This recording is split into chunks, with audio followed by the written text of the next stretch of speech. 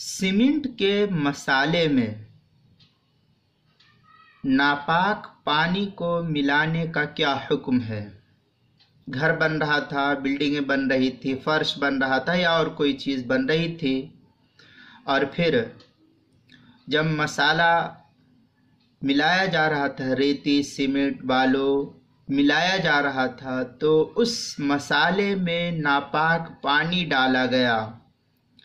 मसलन बच्चे ने पेशाब कर दिया था पानी में, या और भी बहुत सारी नापाकी की सूरतें हैं। तो अब इस नापाकी के पानी को, नापाक पानी को इस गारे में मिलाया गया, तो इसका क्या हुक्म है?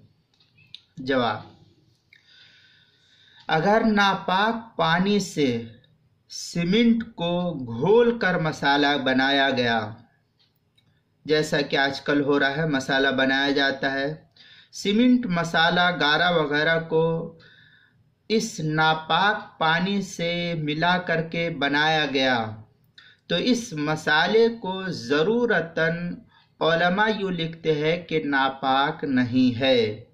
लिहाजा इस नापाक पानी से बनाया गया मसाला, गारा सीमेंट का, ये पाक है।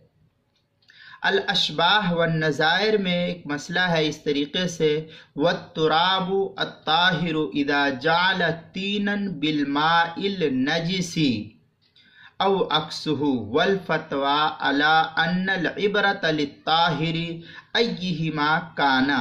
ये अल अशबाह व नज़ायर की इबारत है 128 सफ़े की, और किताबुल मसाइल की पहली जिल्द सफ़ा 108 पर भी इसको नकल किया है। लिहाजा नापाक पानी अगर गारे, सीमेंट, रेती वगैरह सीमेंट में मिला दिया गया तो ये नापाक नहीं है।